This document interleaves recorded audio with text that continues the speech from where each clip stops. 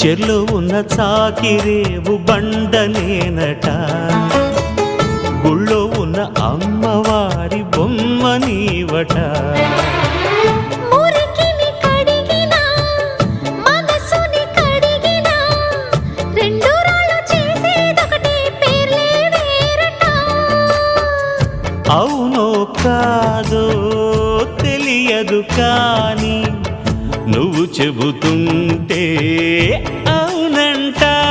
మరి అంతలోనే బుంగమూతి సంగతేంటట. నాకు తెలుసా మంచి చెడ్డ, నువ్వు చెబితే నేర్చుకుంటా. నిన్ను నమ్మినాను అంతా నీ దయా.